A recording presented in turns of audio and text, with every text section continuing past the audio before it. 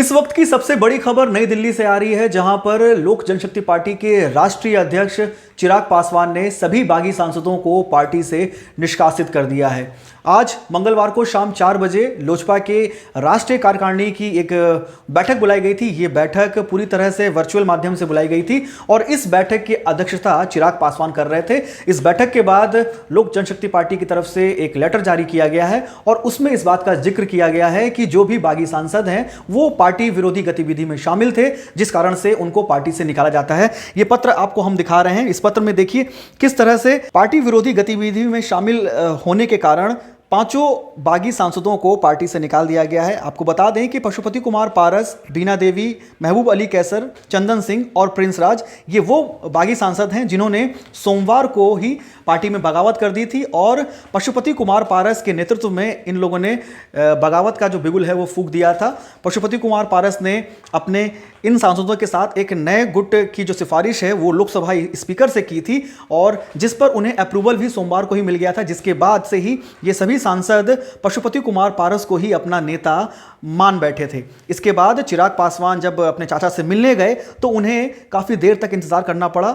इसके बावजूद पशुपति कुमार पारस से, अपने चाचा से चिराग पासवान की मुलाकात नहीं हुई और उन्हें बेरंग वापस लौटना पड़ा। और अब चिराग पासवान ने सोमवार को लोजपा में फिर से खलबली मचा दी है इस निर्णय को लेकर और पार्टी के बागी सांसदों को पार्टी से निकाल दिया है। आपको बता दें कि ये जो बैठक बुलाई गई थी इससे ठीक पहले चिराग पासवान ने एक ट्वीट किया था और इस ट्वीट में उन्होंने 6 पन्ने का एक लेटर जो है वो भी साझा किया था। और ट्वीट में चिराग पासवान लिखते हैं, पापा की बनाई इस पार्टी और अपने परिवार को साथ रखने के लिए मैंने प्रयास किया लेकिन असफल रहा।